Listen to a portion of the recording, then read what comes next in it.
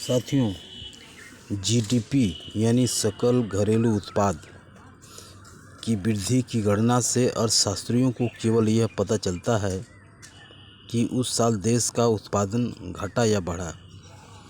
GDP केवल इस पर ध्यान केंद्रित करता है कि पैदावार किस देश में हो रही है, इसका एकदम ख्याल नहीं करता कि पैदा करने वाला देसी है या विदेशी। आज से 25-30 साल पहले तक सिद्धांततः आम जनता का विकास अर्थात उनकी गरीबी, बेकारी, पिछड़ापन दूर करना ही देश के विकास का मापदंड माना जाता रहा है।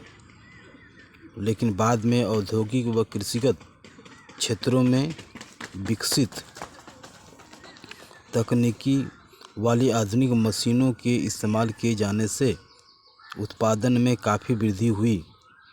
उसी दौरान होने वाले परिवहन, दूरसंचार, आधुनिक शिक्षा, मनोरंजन, बहुमंजिली इमारतों को देखकर कोई भी सोच सकता था कि इस देश का कुछ तो विकास हो रहा है और उसे ही देश की प्रगति का मापदंड माने जाने लगा। लेकिन आम लोगों की समस्याएं वे अगर कहीं कम हुई तो दूसरी तरफ बढ़ती गई। जैसे अशिक्षितों की संख्या कम हुई तो शिक्षित बेरोजगारों की संख्या बढ़ने लगी। उपभोग के सामानों का उत्पादन तो बढ़ा तो महंगाई व चोरबाज़ारी बढ़ गई।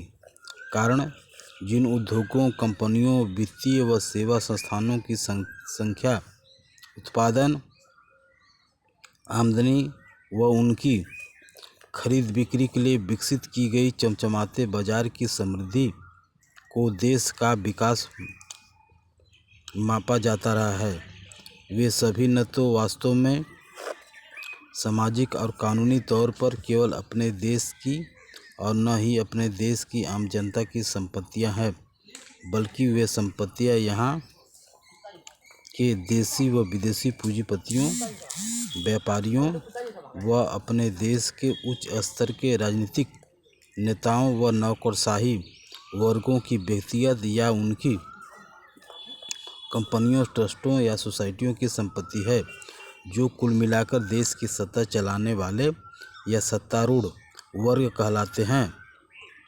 आज तक उन्हीं लोगों की सामाजिक व आर्थिक विकास व वृद्धि हुई है। इस व्यवस्था में होती भी रहेगी, न कि आम जनता की विकास व वृद्धि।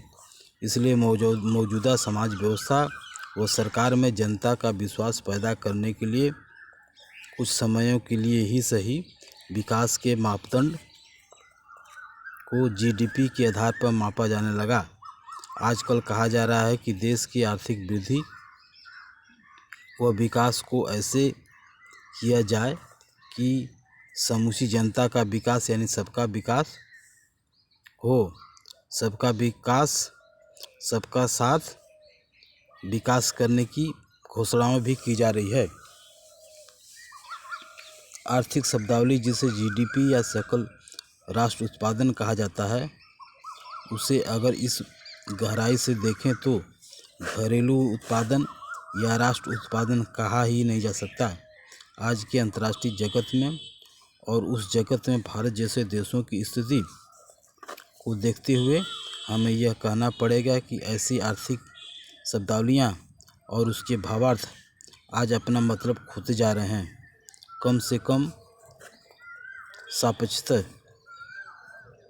किसी देश की मात्र कृषिगत, औद्योगिक व अन्य संप्रदायों से स्थानीय कुशल अकुशल श्रम से तथा स्थानीय पूंजी, तकनीकी तथा संस्था में बहुसंख्यक वहाँ के उत्पादन के साधनों से उस राष्ट्र में हो रहे उत्पादन, विनिमय, पूंजी के चलन यानी विनियोजन एवं बचत इत्यादि को घरेलू उत्पादन या राष्ट्र उत्पादन नहीं कहा जा सकता।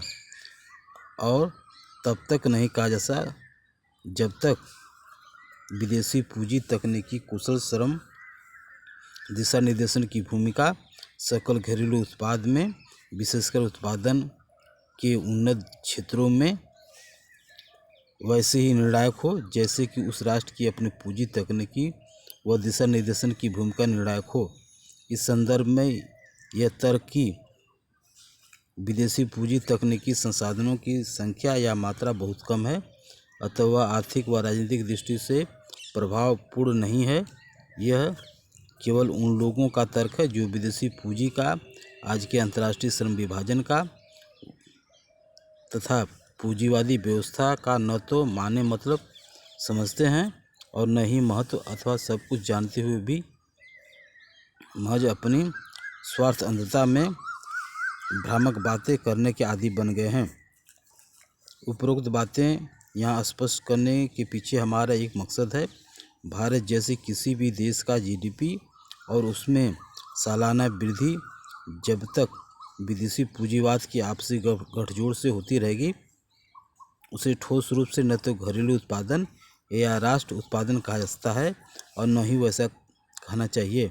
हमारी इस अवधारणा का एक अन्य सबसे बड़ा सबूत यह भी है कि आज तक के सकल घरेलू उत्पादन और उसमें 50 साल से हो रही वार्षिक वृद्धियों ने अपने घर या राष्ट्र की 70-80% जनता का, विशेषकर 30-40% गरीब कमकर जनता का कोई विकास नहीं हुआ है।